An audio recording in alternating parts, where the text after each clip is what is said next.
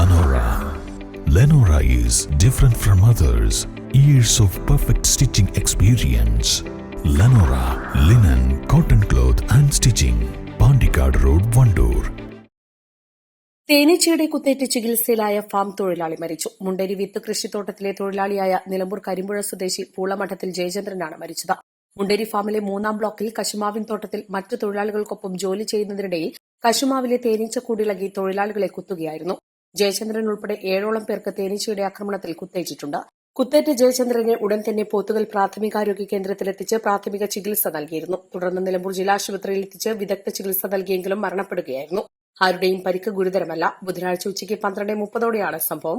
15ഓളം പേരാണ് ഒരുമിച്ച് ജോലി ചെയ്തുകൊണ്ടിരുന്നത്. കൂടെ ജോലി ചെയ്യുകയായിരുന്ന ഫൈസൽ, മുജീബ്, രാമൻകുട്ടി, പി.കെ. മുജീബ്, സുരേഷ് മാവള്ളി, അബ്ദുൾ സമദ് എന്നിവർക്കും തേനീച്ചയുടെ കുത്തേറ്റിട്ടുണ്ട്.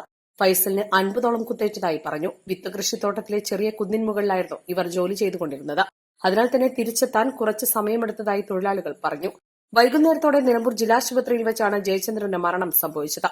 മൃതദേഹം കരിമ്പുഴയിലെ വീട്ടിലേക്ക് കൊണ്ടുപോയി. ഭാര്യ സീതാലക്ഷ്മി, മക്കൾ സഞ്ജയ്, അജയ്, അരവിന്ദ്, മരുമകൾ റോസ്മേരി. സംസ്കാരം വ്യാഴാഴ്ച ഉച്ചയ്ക്ക് കരിമ്പുഴ ജവഹർ കോളനി ശ്മശാനത്തിൽ നടക്കും.